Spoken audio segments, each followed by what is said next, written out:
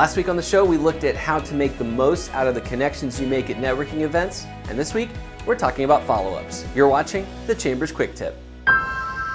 You're watching the Chambers Quick Tip. And now here's your host, Brian Rossman. Following up after a networking event with someone by email can sometimes feel like a crapshoot, but it doesn't have to be. Here are a few quick tips on how to make sure that your follow-up emails get read. Tip number 1 is to make it as easy as possible for the recipient. Many people struggle with managing their inboxes as it is. So to make it worth their time to reply to your follow-up, it's important that you, the sender, do all the hard work that you can on your end before hitting send. Instead of just following up, offer a concise recap of why you're looking to connect so that the person doesn't have to go back and read a long email thread.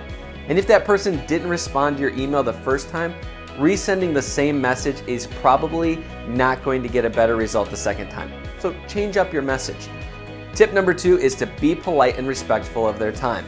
There's nothing wrong with following up, but there is something wrong with following up too soon and writing emails in a way that screams, "I have absolutely no respect for your time." Don't be the person that sends something on Friday afternoon and then follows up right away on Monday morning. Be patient and then follow up after a few days by phone if you haven't connected via email. Leave a little bit of a window for the recipient to get back to you and understand that, hey, they have other priorities that probably are more important to them than your email. And finally, tip number 3 is to make sure that you don't use a generic subject line. Be sure that you have your name and maybe where you met, something like Brian, following up from last Tuesday's chamber dinner. And be sure to offer them a valuable reason to meet with you.